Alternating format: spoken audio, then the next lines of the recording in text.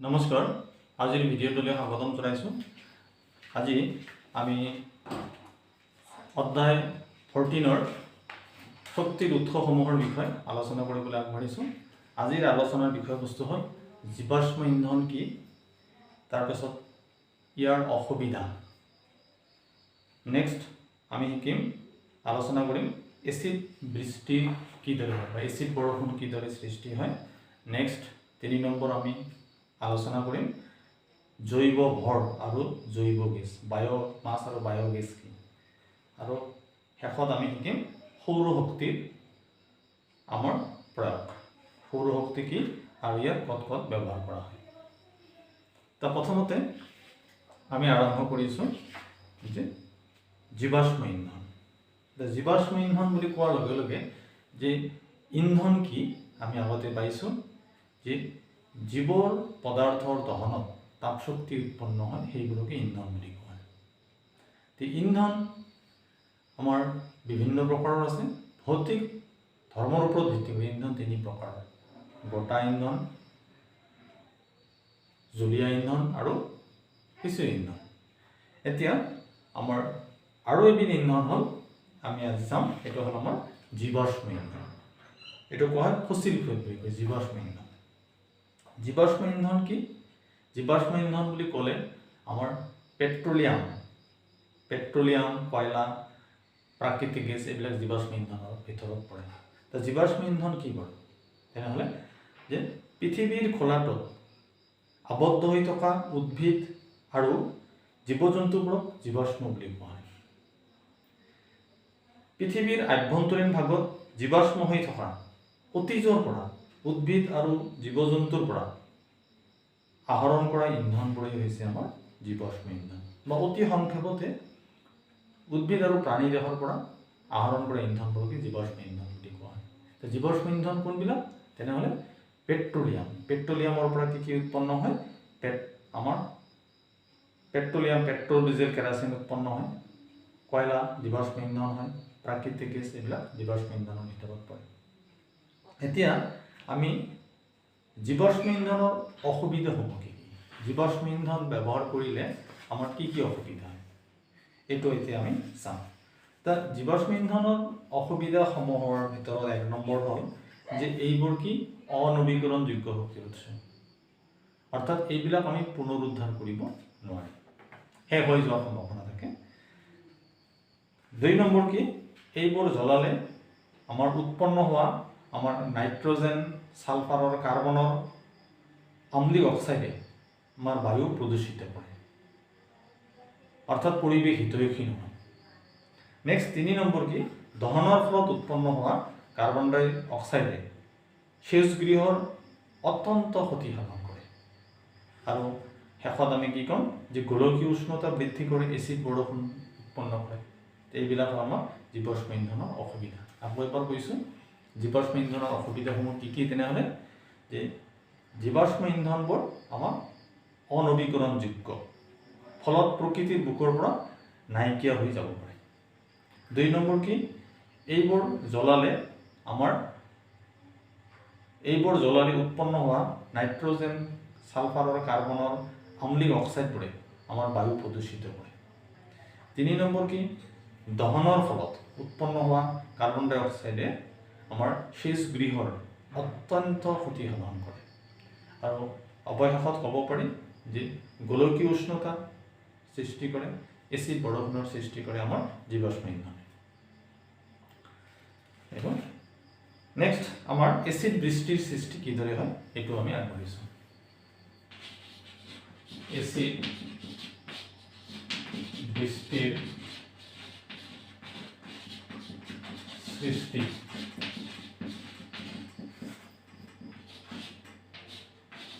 কিদৰে হয়?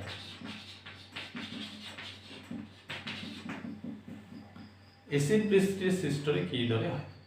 হাউ acid rain produce? জীৱাশ্ম ইন্ধনৰ দহনৰ ফলত আমাৰ বায়ুমণ্ডলত কিছুমান গেছৰ অক্সাইড উৎপন্ন হয়, যেনেকুৱা কাৰ্বনৰ অক্সাইড, কাৰ্বন ডাই অক্সাইড উৎপন্ন হয়। নাইট্ৰজেনৰ অক্সাইড, নাইট্ৰজেন ডাই অক্সাইড উৎপন্ন হয়। ঠিক তেনেকৈ সালফাৰৰ অক্সাইড আমাৰ সালফাৰ ডাই অক্সাইড উৎপন্ন হয়। আমি জানো যে বায়ুমণ্ডলত কি হয়তো বহুতো গেছ, ধোঁৱা, ধূলিকণা আদি থাকে, জলীয় বাষ্প থাকে। এই যে নাইট্ৰজেন, কাৰ্বন, সালফাৰৰ অক্সাইডবোৰে এইটো জলীয় ভাৱ, এইটো জলীয় ভাৱ,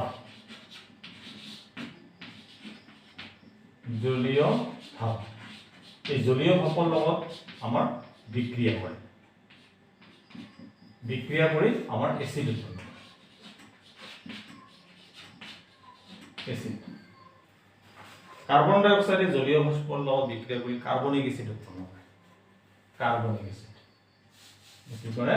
কার্বন H2CO3 কার্বনিক এসিড।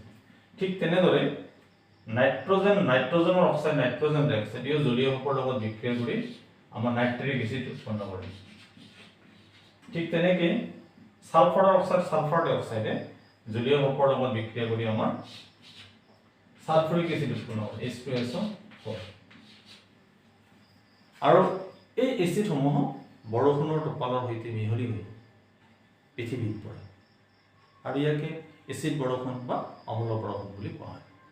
আকৌ এবাৰ কৈ দিছোঁ মই যে এসিড বৃষ্টিৰ সৃষ্টি কিদৰে হয় বা এসিড বৰষুণৰ সৃষ্টি কিদৰে হয়, যে জীৱাশ্ম ইন্ধনৰ দহনৰ ফলত আমাৰ বায়ুমণ্ডলত কিছুমান গেছৰ অক্সাইড উৎপন্ন হয়। এই অক্সাইডসমূহে আমাৰ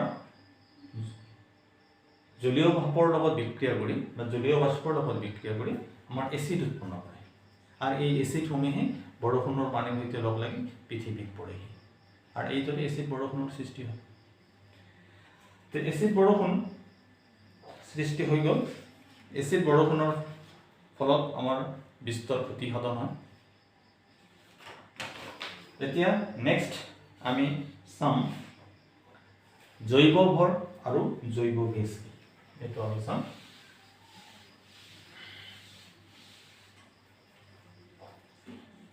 জৈৱ ভৰ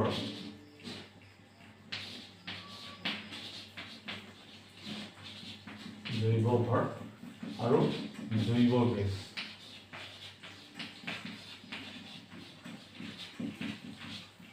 এইটো এতিয়া জৈৱ ভৰক কোৱা হয় আমাৰ বায়োমাছ বুলি কয় আৰু জৈৱ গেছক কোৱা হয় আমাৰ বায়োগেছ বুলি কোৱা হয়। তো জৈৱ ভৰ কি, বায়োমাছ কি? তেনেহ'লে এইটো জৈৱ ভৰ হৈছে উদ্ভিদ আৰু জন্তুৰ পৰা উৎপন্ন হোৱা এবিধ জৈৱ পদাৰ্থ। জৈৱ ভৰত সূৰ্যৰ পৰা আহৰণ কৰা শক্তি সঞ্চিত হৈ থাকে। জৈৱ ভৰ কাৰণ সূৰ্যৰ পৰা তাপৰ পোহৰ পাই থাকে আৰু এই সূৰ্যৰ সঞ্চিত শক্তি আমাৰ সূৰ্যৰ পৰা আহৰণ কৰা শক্তি সঞ্চিত হৈ থাকে ক'ত? জৈৱ ভৰ। আৰু ই এক নৱীকৰণযোগ্য শক্তিৰ উৎস। জৈৱ ভৰ ইন্ধনৰ কিছুমান উদাহৰণ কি কি? তেনেহ'লে জৈৱ ভৰ এবিধ ইন্ধন হয়। এই জৈৱ ভৰ ইন্ধনৰ কিছুমান আমাৰ উদাহৰণ হ'ল কি? কাঠ এবিধ আমাৰ জৈৱ ভৰ ইন্ধন হয়। শস্য, সাৰ, জাবৰ এইবিলাক আমাৰ জৈৱ ভৰ ইন্ধন হ'ব। জৈৱ ভৰ জ্বলালে আমাৰ ৰাসায়নিক শক্তি আমাৰ তাপ শক্তিৰে ৰূপান্তৰিত হয়। তো এইখিনি আমাৰ জৈৱ ভৰ হৈ গ'ল। তেনেহ'লে জৈৱ ভৰ কি? তেনেহ'লে জৈৱ ভৰ হৈছে উদ্ভিদ আৰু জন্তুৰ পৰা উৎপন্ন হোৱা এবিধ জৈৱ পদাৰ্থ। জৈৱ ভৰত সূৰ্যৰ পৰা আহৰণ কৰা শক্তি সঞ্চিত হৈ থাকে আৰু ই এক নৱীকৰণযোগ্য শক্তিৰ উৎস। এইখিনি মনত ৰাখিলেই হ'ল। জৈৱ ভৰ ইন্ধনৰ উদাহৰণ কি কি? জৈৱ ভৰ ইন্ধনৰ উদাহৰণ কি? কাঠ, শস্য, সাৰ আৰু জাবৰ ইত্যাদি। নেক্সট আমাৰ জৈৱ গেছ। জৈৱ গেছ কোনবিলাক? একচুৱেলি আমাৰ বিভিন্ন ধৰণৰ আৱৰ্জনা বিয়োজন ঘটি যি গেছৰ সৃষ্টি হয় তাকেই কোৱা হয় আচলতে জৈৱ ভৰ। কাক কয় জৈৱ ভৰ? আকৌ এবাৰ কৈছোঁ যে বিভিন্ন ধৰণৰ জৈৱ অপচয় বা বিভিন্ন ধৰণৰ আৱৰ্জনাৰ বিয়োজনৰ ফলত উৎপন্ন হোৱা গেছবোৰক কি কয়? আমাৰ জৈৱ গেছ বুলি কয়। জৈৱ গেছ আমাৰ এবিধ উত্তম ইন্ধন হয়। জৈৱ গেছ উত্তম ইন্ধন হোৱাৰ কাৰণ কি? যে ইয়াত আমাৰ 75% কাৰ্বন থাকে। ইয়াৰ দহনৰ ফলত আমাৰ ধোঁৱা ছাই উৎপন্ন নহয়, ইয়াৰ তাপোৎপাদন ক্ষমতা বেছি ইত্যাদি কাৰণত আমাৰ জৈৱ গেছক উত্তম ইন্ধন বুলি কোৱা হয়। নেক্সট আমাৰ জৈৱ গেছ হৈ গ'ল, জৈৱ ভৰ হৈ গ'ল। ইয়াত এই দুটাৰ মাজত কিবা পাৰ্থক্য আছে নেকি?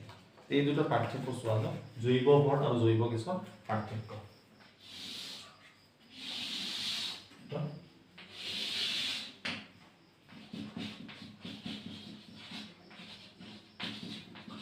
বায়োমাছ আৰু বায়োগেছৰ পাৰ্থক্য কি? তেনেহ'লে এইটো আমি চাইছোঁ যে আমাৰ জৈৱ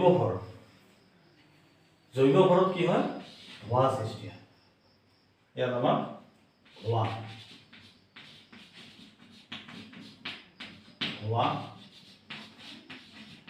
সৃষ্টি হয়। জৈৱ ভৰ দহনত ধোঁৱাৰ সৃষ্টি হয়। আনহাতে আমাৰ জৈৱ গেছৰ দহনত ধোঁৱাৰ সৃষ্টি নহয়। ধোঁৱা সৃষ্টি নহয়। এটা 1 নম্বৰ হৈ গ'ল। 2 নম্বৰ ক'ব পাৰি যে জৈৱ ভৰৰ কেলৰি মান নিম্ন। ইয়াৰ কেলৰি মান নিম্ন।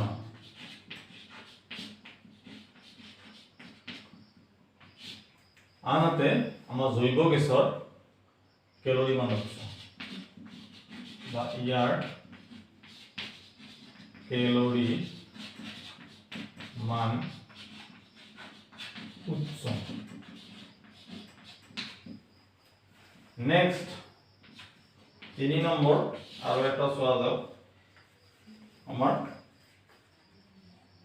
অৱশেষ ছাই উৎপন্ন হয়। ইয়াত অৱশেষ উৎপন্ন হয়, দহনত অৱশেষ উৎপন্ন হয়। অৱশেষ ছাই উৎপন্ন হয়। ক'ত ছাই উৎপন্ন হয়? জৈৱ ভৰৰ দহনত, জৈৱ ভৰ ইন্ধনৰ দহনৰ ফলত আমাৰ অৱশেষ ছাই উৎপন্ন হয়। আনহাতে আমাৰ ইয়াত অৱশেষ, জৈৱ গেছৰ দহনত অৱশেষ নাথাকে। অৱশেষ নাথাকে।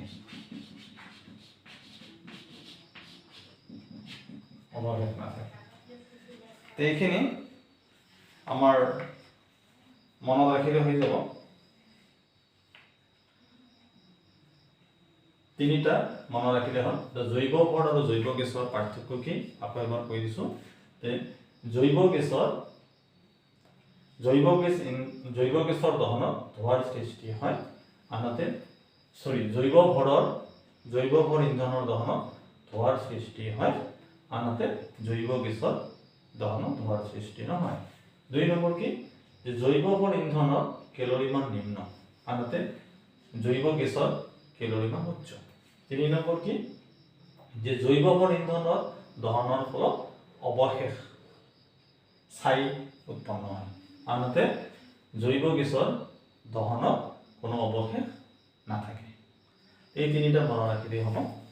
তো জৈৱ গেছ আৰু জৈৱ ভৰ এইখিনিতে আমি সমাপ্ত কৰিছোঁ। এতিয়া নেক্সট আমি চাম বিকল্প বা অপৰস্পৰাগত শক্তিৰ উৎস।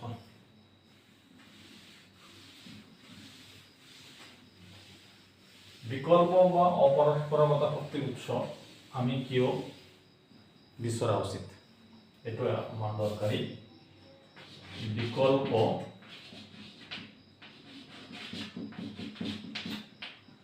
বা অপৰস্পৰাগত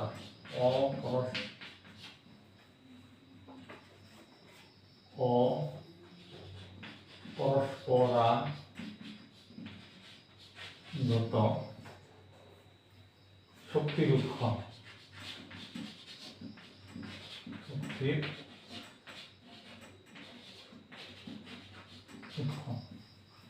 বিকল্প বা অপৰস্পৰাগত শক্তিৰ উৎস, alternative source of energy R non conventional source of energy বুলি কোৱা হয়।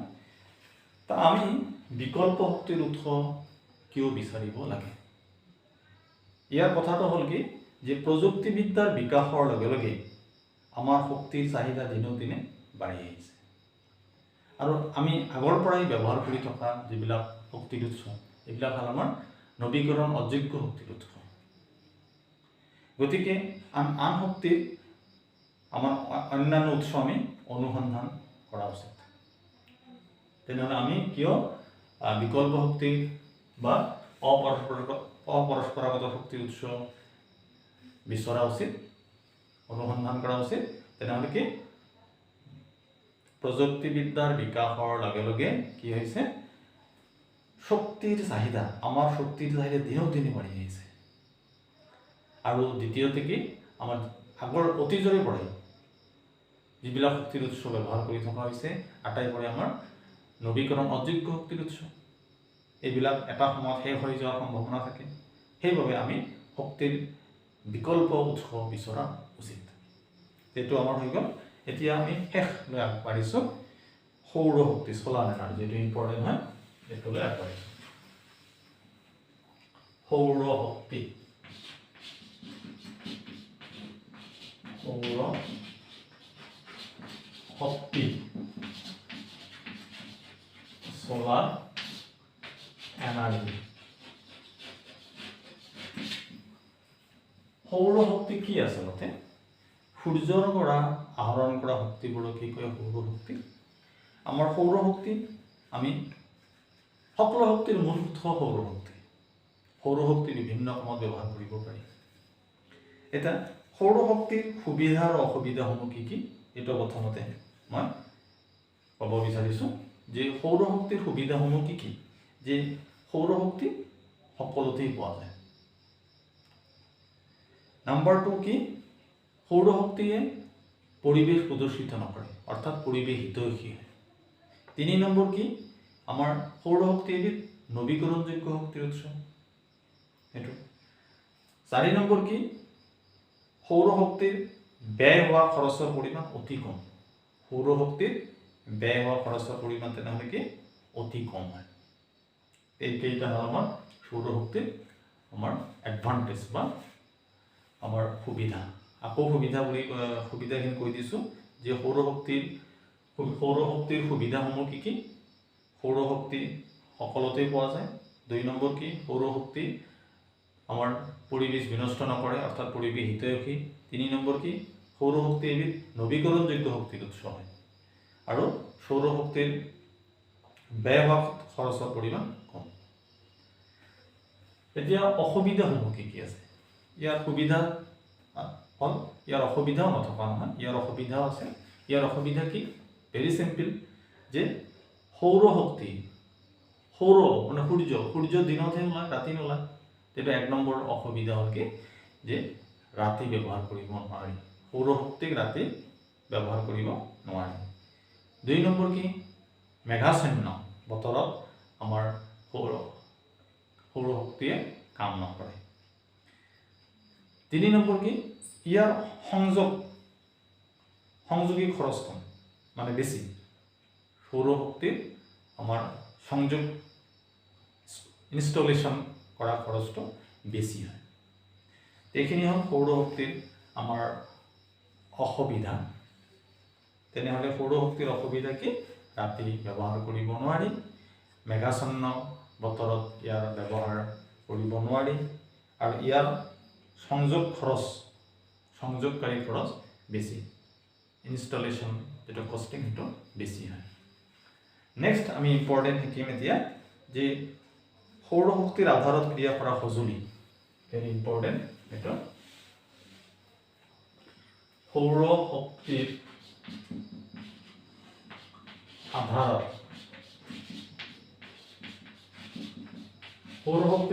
বা সৌৰ শক্তিৰ সহায়ত বুলি ক'ব পাৰি। সৌৰ শক্তিৰ আধাৰত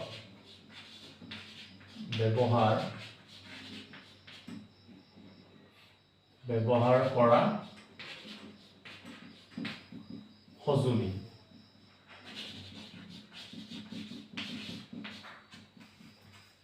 সৌৰ শক্তিৰ আধাৰত ব্যৱহাৰ কৰা সঁজুলি। এখন সঁজুলি।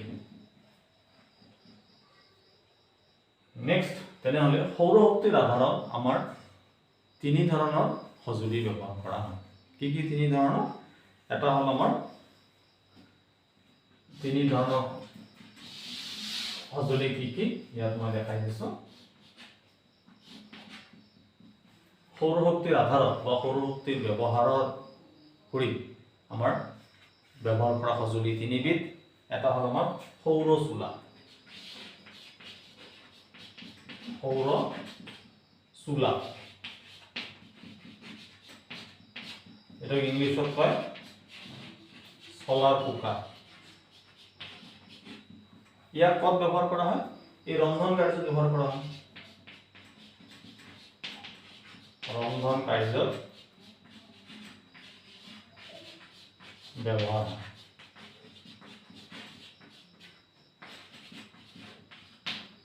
দুই নম্বৰ আমাৰ সৌৰ জল হিটাৰ। সৌৰ জল হিটাৰ। সৌৰ জল হিটাৰ। জল হিটাৰ মানে পানী গৰম।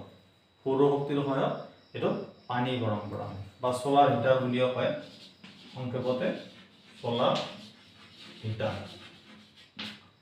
এইটো পানী গৰম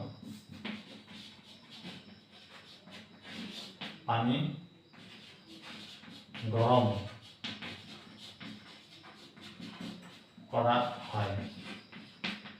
আচলতে পানী গৰম কৰা হয় ঠিকই, কিন্তু ক'ত পানী গৰম কৰা হয়? ডাঙৰ হোটেল বা ডাঙৰ আমাৰ হস্পিটেল এইবিলাকত আমাৰ সৌৰশক্তিৰ সহায়তে পানী গৰম কৰিব পাৰি। নেক্সট তিনি নম্বৰ ইম্পৰ্টেণ্ট এটা হ'ল সৌৰ কোষ। সৌৰ কোষ এটা হ'ল আমাৰ সোলাৰ সেল বুলি কয়। Solar cell. তো সৌর কোষটো খুব ইম্পর্টেন্ট হয়। যে সৌর কোষে কি করে? আমার বিদ্যুৎ উৎপাদন করে। সৌর কোষৰ সহায়ত আমাৰ বিদ্যুৎ উৎপাদন আমাৰ কৰে। ইয়াৰ উপৰিও কি কৰা হয়? আমাৰ ঘড়ীৰ বেটাৰী, আমাৰ ক্যালকুলেটৰৰ বেটাৰী, স্যাটেলাইট আদিত আমাৰ সৌৰ কোষ ব্যৱহাৰ কৰা হয়। ক'ত ব্যৱহাৰ কৰা হয়? তেনেহ'লে বিদ্যুৎ উৎপাদন কৰা সৌৰ কোষ ব্যৱহাৰ কৰা হয়। ঘড়ীৰ বেটাৰীত, আমাৰ স্যাটেলাইট বা ক্যালকুলেটৰ আদিত আমাৰ সৌৰ কোষ ব্যৱহাৰ কৰা হয়। তেনেহ'লে আমাৰ বিদ্যুৎ উৎপাদনত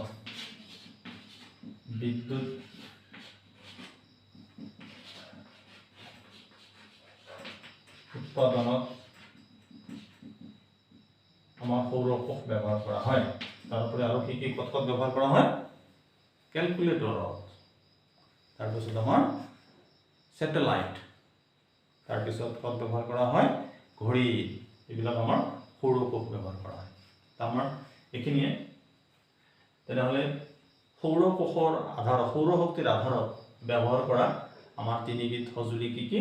তেনেহ'লে এটা হ'ল সৌৰ চুলা, সোলাৰ হিটাৰ। ই ৰন্ধন কাৰ্যতে ব্যৱহাৰ কৰা হয়। দুই নম্বৰ কি? সৌৰ জল হিটাৰ, সোলাৰ আমাৰ হিটাৰ। এইটো কি? ডাঙৰ হোটেল বা ডাঙৰ হস্পিটেল আদিত আমাৰ সৌৰ শক্তিৰ সহায়তে পানী গৰম কৰা হয়। তিনি নম্বৰ কি? সৌৰ কোষ। সৌৰ কোষ আমাৰ সোলাৰ সেল বুলি কোৱা হয়। এইটো বিদ্যুৎ উৎপাদনত ব্যৱহাৰ কৰা হয়। ঘড়ীৰ ব্যৱহাৰ কৰা হয়। আমাৰ স্যাটেলাইট আদিত ব্যৱহাৰ কৰা হয়। ক্যালকুলেটৰত ব্যৱহাৰ কৰা হয়। এতিয়া নেক্সট সৌৰ কোষৰ প্ৰস্তুতকৰণত কি পদাৰ্থ ব্যৱহাৰ কৰে? এইটো পৰীক্ষাত আহিছে যে সৌৰ কোষ বনাওঁতে বা সৌৰ কোষৰ প্ৰস্তুতকৰণত আমাৰ কি ব্যৱহাৰ কৰা হয় এই কথাটো মই কৈ দিছোঁ। সৌৰ কোষৰ প্ৰস্তুতকৰণত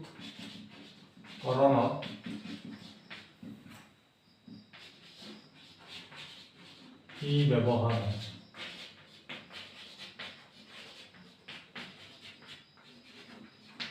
বা কি ব্যৱহাৰ কৰা হয়? সৌৰ কোষ বনোৱা হয়, কোষ বা বেটাৰী। সৌৰ কোষৰ প্ৰস্তুতকৰণত কি পদাৰ্থ ব্যৱহাৰ কৰা হয়? এটা হ'ল সিলিকন ব্যৱহাৰ কৰা হয়। সিলিকন সিলিকন ব্যৱহাৰ কৰা হয় সৌৰ কোষৰ প্ৰস্তুতকৰণত। তা শেষত আকৌ এবাৰ ৰিকেপ কৰাই দিছোঁ যে জীৱাশ্ম ইন্ধন কি? জীৱদেহৰ পৰা আহৰণ কৰা ইন্ধনবোৰকে কোৱা হয় আমাৰ জীৱাশ্ম ইন্ধন বুলি কোৱা হয়। জীৱাশ্ম ইন্ধনৰ উদাহৰণ কি? কয়লা, পেট্ৰলিয়াম, প্ৰাকৃতিক গেছ ইত্যাদি। জীৱাশ্ম ইন্ধনৰ অসুবিধাসমূহ কি কি? যে এইবোৰ অনবীকৰণযোগ্য শক্তিৰ উৎস হয়। এইবোৰ জ্বলালে কি হয়? আমাৰ কাৰ্বন, নাইট্ৰজেন, আমাৰ ছালফাৰৰ অক্সাইড উৎপন্ন হয়, যিবোৰে বায়ু প্ৰদূষিত কৰে। দহনৰ ফলত আমাৰ সেউজগৃহ অত্যন্ত ক্ষতিসাধন হয়। ইয়াৰ ফলত আমাৰ গোলকীয় উষ্ণতা বৃদ্ধি হয়, এচিড বৰষুণৰ সৃষ্টি হয় ইত্যাদি। এচিড বৃষ্টিৰ সৃষ্টি কিদৰে হয়? জীৱাশ্ম ইন্ধন দহনৰ ফলত বায়ুমণ্ডলত কিছুমান গেছৰ অক্সাইড উৎপন্ন হয়, আৰু এই অক্সাইডবোৰে বায়ুৰ জলীয় বাষ্পৰ লগত বিক্ৰিয়া কৰি এচিড উৎপন্ন কৰে, আৰু এই এচিডসমূহে বৰষুণৰ পানীৰ সৈতে লগ লাগি পৃথিৱীত পৰে, আৰু ইয়াকে এচিড বৰষুণ বুলি কোৱা হয়। এতিয়া জৈৱ ভৰ আৰু জৈৱ গেছ কি? জৈৱ ভৰ হৈছে কি? উদ্ভিদ আৰু জন্তুৰ পৰা উৎপন্ন হোৱা এবিধ জৈৱ পদাৰ্থ। আৰু জৈৱ ভৰত সূৰ্যৰ পৰা আহৰণ কৰা শক্তি সঞ্চিত হৈ থাকে। ই এক নৱীকৰণযোগ্য শক্তিৰ উৎস। আনহাতে জৈৱ গেছ কি? জৈৱ গেছ হৈছে বিভিন্ন ধৰণৰ আৱৰ্জনাৰ বিয়োজন ঘটি উৎপন্ন হোৱা গেছ। বিভিন্ন পদাৰ্থৰ বিভিন্ন ধৰণৰ জৈৱ আৱৰ্জনাৰ বিয়োজন ঘটি উৎপন্ন হোৱা গেছকে কয় জৈৱ গেছ। আমাৰ এতিয়া জৈৱ ভৰ আৰু জৈৱ গেছৰ পাৰ্থক্য কি? জৈৱ গেছ আৰু জৈৱ গেছৰ পাৰ্থক্য হ'ল যে জৈৱ গেছৰ দহনত, জৈৱ ভৰৰ দহনত ধোঁৱাৰ সৃষ্টি হয়, আনহাতে জৈৱ গেছৰ দহনত ধোঁৱাৰ সৃষ্টি নহয়। জৈৱ ভৰৰ কেলৰি মান, জৈৱ ভৰ ইন্ধনৰ কেলৰি মান নিম্ন, আনহাতে জৈৱ গেছৰ কেলৰি মান উচ্চ। জৈৱ ভৰৰ দহনত অৱশেষ থাকে, ছাই হিচাপে থাকে, আনহাতে জৈৱ গেছৰ দহনত কোনো অৱশেষ নাথাকে। নেক্সট আমাৰ সৌৰ শক্তি। সূৰ্যৰ পৰা আহৰণ কৰা শক্তিকে সৌৰ শক্তি বুলি কোৱা হয়। আৰু সৌৰ শক্তি ব্যৱহাৰ কৰি তৈয়াৰ কৰা সঁজুলি কি কি, বা সৌৰ শক্তিৰ আধাৰত ক্ৰিয়া কৰা সঁজুলি কি কি? এটা হ'ল আমাৰ সৌৰ চুলা, ইয়াৰ সহায়ত খাদ্য প্ৰস্তুত কৰা হয়। 2 নম্বৰ হ'ল সৌৰ জল হিটাৰ, ইয়াৰ সহায়ত ডাঙৰ হোটেল বা আমাৰ ডাঙৰ হস্পিটেল আদিত পানী গৰম কৰা হয়। আৰু সৌৰ কোষৰ সহায়ত কি কৰা হয়? আমাৰ বিদ্যুৎ উৎপাদন কৰা হয়, ঘড়ী, কেলকুলেটৰ বা ছেটেলাইট আদিত ব্যৱহাৰ কৰা হয়।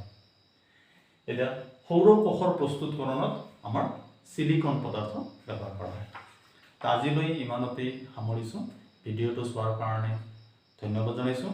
যদি ভিডিঅ'টো ভাল লাগিছে লাইক, শ্বেয়াৰ, ছাবস্ক্ৰাইব কৰিবলৈ নাপাহৰিব। আকৌ লগ পোৱাৰ আশাৰে আজিলৈ সামৰিছোঁ। নমস্কাৰ।